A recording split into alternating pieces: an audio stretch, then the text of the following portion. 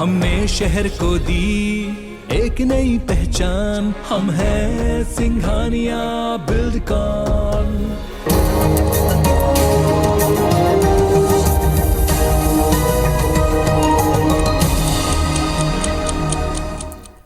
नमस्कार, सुप्रभात, good morning. आप देख रहे हैं IBC 24। मैं हूं आपके साथ राहुल सिन्हा। सुबह 7 बजने को है। 7 की बड़ी बात में आपका स्वागत है। खबरों को देखेंगे विस्तार से।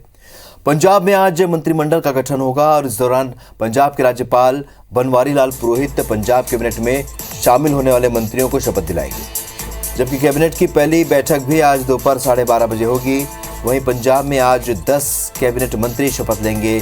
जिन 10 विधायकों को मंत्रिमंडल में शामिल किया जाएगा उसमें Harpal Singh Cheema, doctor Baljit Kaur, Harbhajan Singh ETO, doctor Vijay Singla का नाम शामिल है। इसके अलावा गुरमीत सिंह मीत हायर और हरजोत सिंह बैंस को भी मंत्री पद की शपथ लेंगे। वहीं लालचंद कटारूचक, कुलदीप सिंह धालीवाल, लालजीत सिंह भुल्लर और ब्रह्मशंकर भी मंत्री बनेंगे। सूत्र के मुताबिक कुलतार सिंह संधवा पंजाब विधानसभा के स्पीकर होंगे। वो आम आदमी पार्टी के टिकट से दूसरी बार विधायक बने हैं। इससे पहले पंजाब के मुख्यमंत्री भगवंत मान और नवनिर्वाचित विधायकों को गुरुवार को यहां 16वीं पंजाब विधानसभा के सदस्य के रूप में शपथ दिलाई गई, जबकि राज्य विधानसभा का पहला सत्र गुरुवार से ही शुरू हो चुका है। तो आज पंजाब कैबिनेट का गठन होगा। कैबिनेट में 10 नए चेहरे होंगे। पंजाब में आज सुबह 11 बजे मंत्रिमंडल का गठन किया जाएगा और 10 विधायक आज कैबिनेट मंत्री के पद की शपथ लेंगे और हरपाल सिंह चीमा, डॉक्टर बलजीत कौर, हरभजन सिंह ETO भी शपथ लेंगे। बढ़ते आगे। योगी आदित्यनाथ 25 मार्च को यूपी की बागडोर दूसरी बार संभालेंगे। उनके नेतृत्व में लगातार दूसरी बार बीजेपी सरकार का गठन होगा। 25 मार्च को लखनऊ के इकाना स्टेडियम में शपथ ग्रहण समारोह होगा। कई मायनों में शपथ ग्रहण समारोह खास होगा। बीजेपी की जीत में अहम भूमिका निभाने वाले लाभार्थियों को भी बुलाया जा रहा है। प्रधानमंत्री नरेंद्र मोदी, गृह मंत्री अमित शाह, रक्षा मंत्री राजनाथ सिंह, बीजेपी के अध्यक्ष JP नड्डा सहित केंद्र सरकार के मंत्री, बीजेपी शासित राज्यों के मुख्यमंत्री, संघ और बीजेपी के वरिष्ठ पदाधिकारी शपथ ग्रहण समारोह में शामिल होंगे। सरकार ने इकाना स्टेडियम में प्रस्तावित शपथ ग्रहण समारोह की तैयारियां शुरू कर दी हैं। योगी मंत्रिमंडल के शपथ ग्रहण समारोह में बसपा सुप्रीमो मायावती, सपा संरक्षक मुलायम सिंह यादव, सपा अध्यक्ष अखिलेश यादव, कांग्रेस की राष्ट्रीय अध्यक्ष सोनिया गांधी, महासचिव प्रियंका गांधी वाड्रा सहित विपक्षी दलों के नेताओं को भी आमंत्रित किया जाएगा। तो आज 25 मार्च को शपथ ग्रहण होगा। योगी आदित्यनाथ शपथ लेंगे और साथ ही अपने मंत्रिमंडल की भी शपथ लेंगे। इसमें ज्यादातर जो मुख्यमंत्री हैं, जो बीजेपी शासित राज्यों के मुख्यमंत्री इसमें शामिल होंगे। PM मोदी इसमें शामिल होंगे। पार्टी और संगठन के कई बड़े चेहरे यहां मौजूद रहेंगे।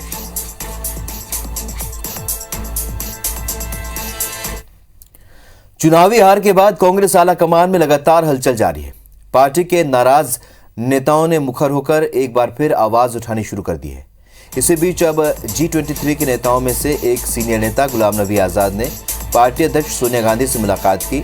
दोनों के बीच कई मुद्दों पर काफी देर तक चर्चा हुई। इस मुलाकात के बाद आजाद ने कहा कि सोनिया जी को कई सुझाव दिए गए हैं। उन्होंने कहा कि ये रूटीन मुलाकात है, मीडिया के लिए न्यूज़ हो सकती है, लेकिन हम पार्टी अध्यक्ष से मुलाकात करते रहते हैं। उन्होंने कहा कि हम पार्टी को मजबूत करने का काम करेंगे। ये मुलाकात करीब 75 मिनट तक चली। इस बैठक के बाद गुलाम नबी आजाद ने कहा पार्टी अध्यक्ष पद पर सोनिया गांधी ही बनी रहेंगी। तो 75 मिनट तक ये बैठक चली, जहां पर दोनों नेताओं के बीच चर्चा हुई, जहां पर गुलाम नबी आजाद ने कई सुझाव भी दिए।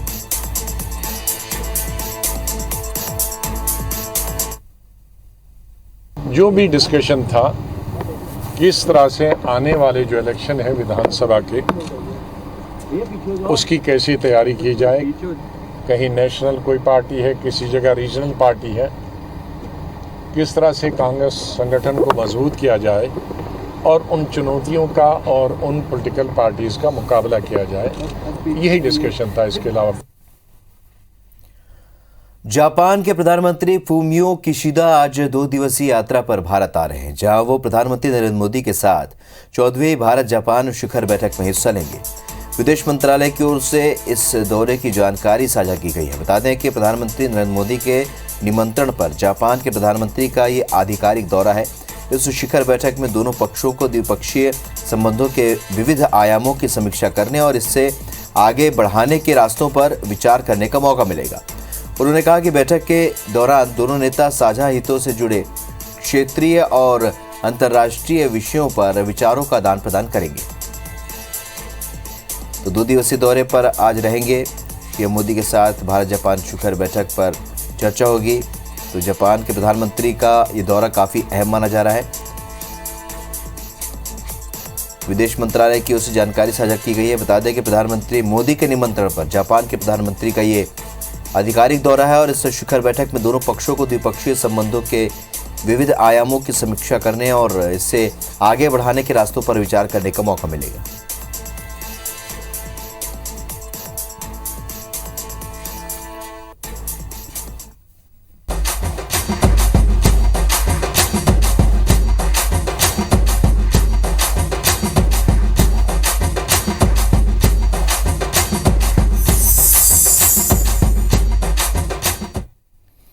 और अब बात करते हैं होली की। राजधानी भोपाल में सीएम हाउस में फागोत्सव मनाया गया, जहां सीएम शिवराज ने लोगों के साथ होली खेली और इस मौके पर कलाकारों ने फाग गीतों की प्रस्तुति दी। सीएम शिवराज ने प्रदेशवासियों को होली की बधाई दी। IBC 24 से खास बातचीत में सीएम शिवराज सिंह चौहान ने कहा कि 2 साल के बाद होली का त्योहार धूमधाम से मनाने का मौका मिला है। कोरोना के बाद सारे प्रतिबंध हटा लिए गए हैं। लोग धूमधाम से होली का त्योहार मनाएं।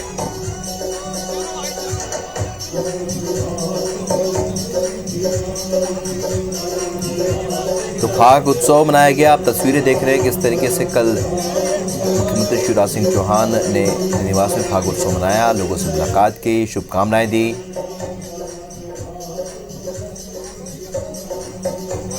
तो इस दौरान कई कलाकारों ने फाग गीतों की प्रस्तुति दी।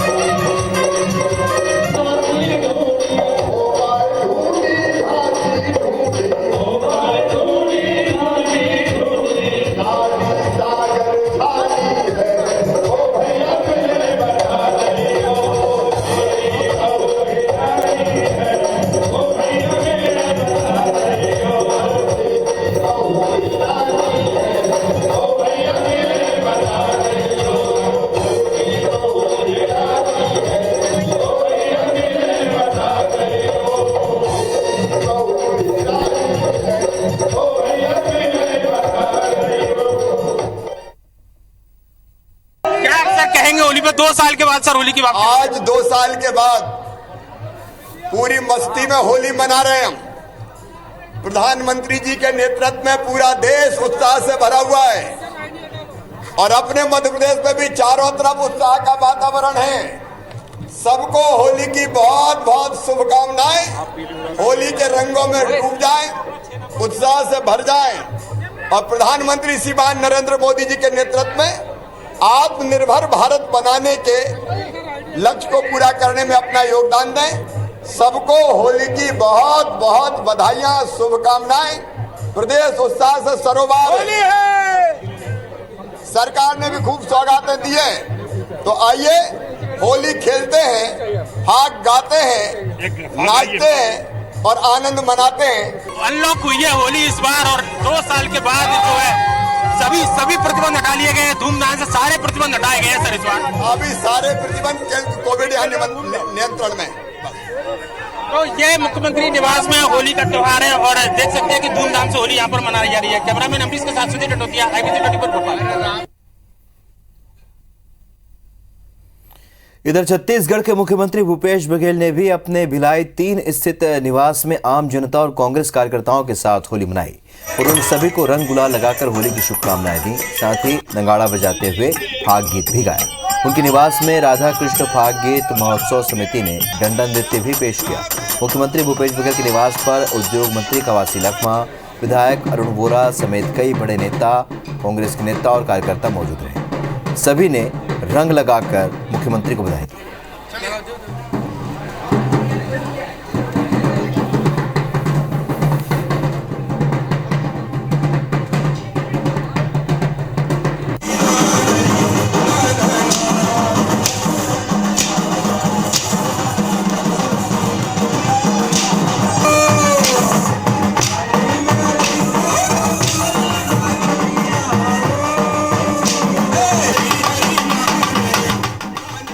कोरोना काल के बाद होली का शुमार हर व्यक्ति पर चढ़ा है। इस वक्त हम मुख्यमंत्री भूपेश बघेल के निज निवास में खड़े हैं और यहाँ भी होली का शुमार देखने को मिल रहा है। कोविड काल के बाद किस तरह की होली है, सीएम भूपेश बघेल यहाँ पर अपने जो नज़दीकी कार्यकर्ता है, जो आम जनता है, उनके साथ मुलाकात कर रहे हैं, उनके साथ होली मना रहे हैं, परिवार के साथ होली मना रहे हैं। हम उससे सीधे बात करते हैं। कोविड काल के बाद एक लंबा समय आप जिस तरह से होली मना रहे हैं, किस तरह? बिल्कुल सही बात है। कोरोना के बाद कोरोना काल में कोई त्यौहार नहीं खेल पा रहे थे, लेकिन अब इस होली में लोग खुल के निकले हैं, मिल रहे हैं। बड़े बुजुर्गों की टीम निकली है, नौजवानों की टोली निकली है, उत्साह उमंग के साथ, बाजा गाजे के साथ, नगाड़ा के साथ और हमारे डंडा नृत्य वाले भी साथी सब आए हुए हैं और सब लोग खुशियां बांट रहे हैं, मिल रहे हैं, मुलाकात हो रही है, गुलाल मल रहे हैं सबके चेहरे में।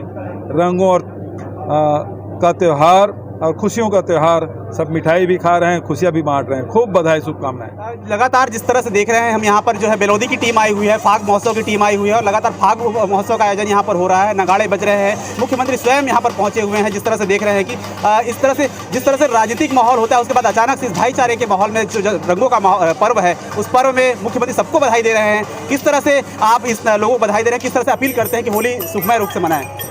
ये त्यौहार उमंगों का है, उत्सव का है, प्यार का है, स्नेह का है, खुशियों बांटने का त्यौहार है। इसमें हुड़दंग तो कोई स्थान नहीं होना चाहिए, वैमनस्यता का कोई स्थान नहीं होना चाहिए। सब के चेहरे में गुलाल है, सबके चेहरे में खुशियां हैं, तो खुशियों का त्यौहार, रंगों के त्यौहार सबको मिलजुल के मनाना चाहिए।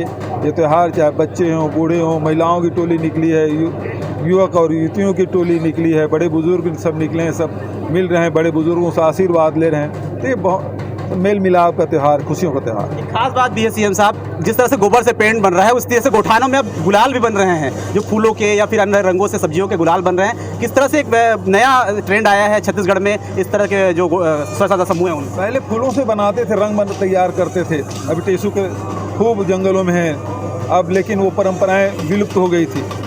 उसी प्रकार से देखिए केमिकल जो रंग है उसका प्रयोग खूब होने लगा था, वार्निश का प्रयोग होने लगा था, गंदगी का प्रयोग होने लगा था। अब लोग फिर से हर्बल की तरफ बढ़ रहे हैं। अब गांव-गांव गौठान में हर्बल गुलाल तैयार हो रहे हैं। महिला हैं जो मंदिर है के फूल है, नेताओं के यहाँ जो फूल जाते हैं उन सबको इकट्ठा करके उस गुलाल बना रहे हैं। दंतेवाड़ा में तो गोबर से गुलाल बनाए हैं और गुलाल खेल रहे हैं। तो ये अब प्रकृति की ओर सब लौट रहे हैं, ये खुशी की बात है। तो मुख्यमंत्री भूपेश बघेल थे, प्रकृति की ओर लौट रहे हैं और उन्होंने शांतिमय रूप से, सुखमय रूप से अपील की है होली मनाने की। मनेंद्र पटेल, IBC 24 भिलाई। तो रंगों के त्योहार होली पर छत्तीसगढ़ में सुबह से शाम और देर रात तक धूम रही। सुबह सूरज उगने से पहले ही लोग घरों से टोलियों में निकल गए और शाम तक धमाचौकड़ी मचाते रहे। छत्तीसगढ़ के सभी जनप्रतिनिधियों ने भी अपने परिवार, समर्थकों और पार्टी कार्यकर्ताओं के साथ आम लोगों के बीच जमकर होली मनाई। 6 तस्वीरें आप देख रहे हैं। दुर्ग स्थित अपने निवास पर गृह मंत्री ताम्रध्वज साहू ने क्षेत्रवासियों के साथ सपरिवार होली मनाई। इस इलाके के कई जनप्रतिनिधि छत्तीसगढ़ी होली गीतों पर जमकर थे। वहीं दुर्ग शहर के विधायक अरुण वोरा ने अपने पद्मनाभपुर स्थित निवास पर समर्थकों के साथ रंग पर्व मनाया। पूर्व मुख्यमंत्री डॉक्टर रमन सिंह ने कवर्धा स्थित अपने निवास में परंपरागत तरीके से होली खेली। उन्होंने पार्टी कार्यकर्ताओं और समर्थकों के साथ मिलकर होली खेली। नेता प्रतिपक्ष धर्मलाल कौशिक ने बिलासपुर स्थित अपने निवास में जमकर होली मनाई। वहीं कांग्रेस के युवा नेता और पर्यटन बोर्ड के अध्यक्ष अटल श्रीवास्तव ने भी पार्टी कार्यकर्ताओं के साथ जमकर रंग गुलाल लगाया और होली खेली। बलरामपुर में संसदीय सचिव चिंतामणि महाराज और केशकाल में विधायक संतराम नेताम ने भी जमकर होली खेली। तरीके से स्वागत अभिनंदन किया जा रहा है। सभी सम्मानीय अतिथि हैं। इसी तरह देश भर में होली के अनेक रंग नजर आए। हर तरफ रंग और गुलाल उड़ते रहे। मथुरा और वृंदावन की होली तो पूरी दुनिया में मशहूर है। बिरज की होली में राधा कृष्ण के भक्तों ने रंगीन छटा बिखेरी। 6 तस्वीर आप देख रहे हैं। वडोदरा में बच्चों ने इको फ्रेंडली होली खेली तो कश्मीर के बारामूला में जवानों ने जमकर रंग लगाया। उत्तर से दक्षिण और पूर्व से पश्चिम तक रंग गुलाल से पूरा देश सराबोर नजर आया। गुवाहाटी में लोगों ने एक दूसरे को रंगीन कर दिया तो देश के साथ ही प्रदेश में भी लोगों ने होली खेली। नेपाल की राजधानी काठमांडू में भी लोगों ने धमाल मचाया। तो ये 6 अलग अलग तस्वीर देश और दुनिया की जहां पर होली का रंग देखने को मिला। सेना ने जहां होली मनाई तो विदेश में भी होली खेली गई। किसी ने रंगों से होली खेली तो किसी ने फूलों से होली खेली। कभी महाराज के झोले में दर्शन। तो रंगों का त्योहार होली पूरे देश के साथ साथ प्रदेश में भी बड़े हर्षोल्लास के साथ मनाया गया। घरों में पकवान तैयार कर लिए गए। कोरोना काल के पूरे 2 साल बाद बिना बंदिशों के आई इस बार की होली में बच्चों के साथ साथ हर वर्ग के लोगों में उत्साह देखते ही बन रहा है। शहर की कई रिहायशी कॉलोनियों और बस्तियों में जमकर होली खेली गई तो वहीं बच्चों ने एक दूसरे को रंग लगाकर खूब होली खेली।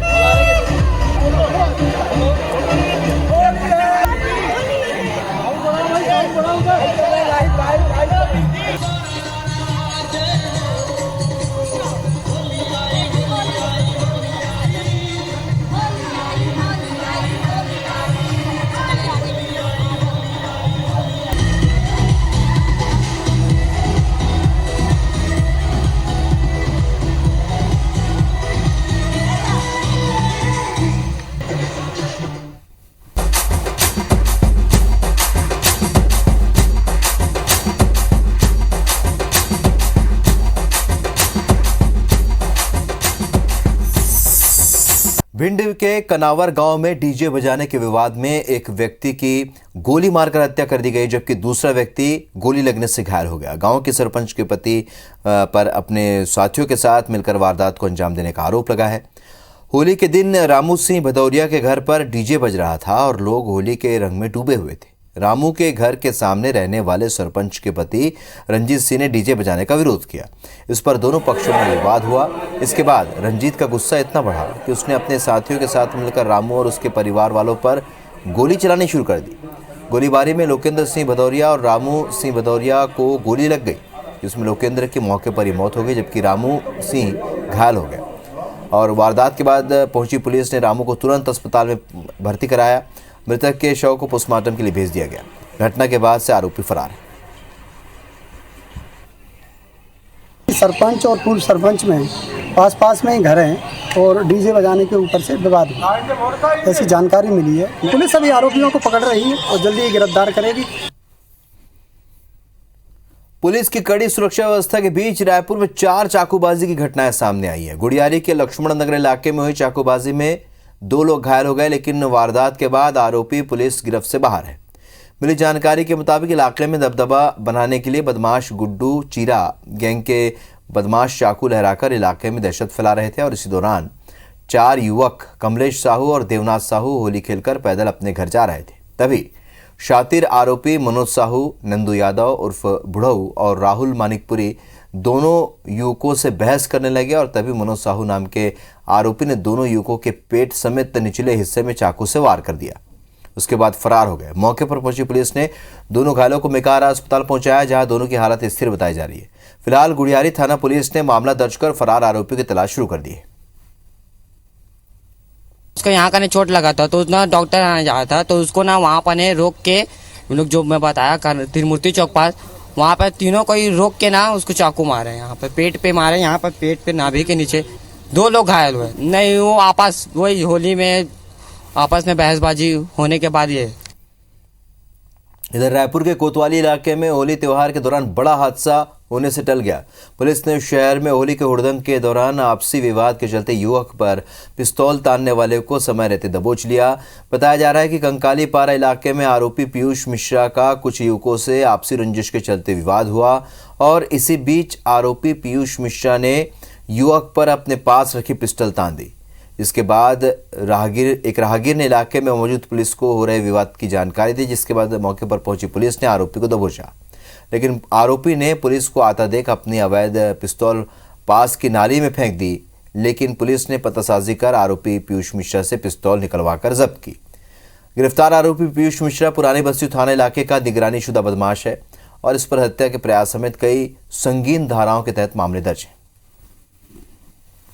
थाना कोतवाली में 25-27 आमतक की कार्रवाई की जा रही है और इसके जैसे पूछताछ से क्लियर हुआ है कि ये थाना पुरानी बस्ती का निगरानी बदमाश भी रहा है और उस दिशा में भी आगे कार्रवाई की जा रही है। साथ ही साथ इसके जो अन्य जो आपराधिक विवरण होगा उसको भी संलग्न कर माननीय न्यायालय में भेजा जाएगा।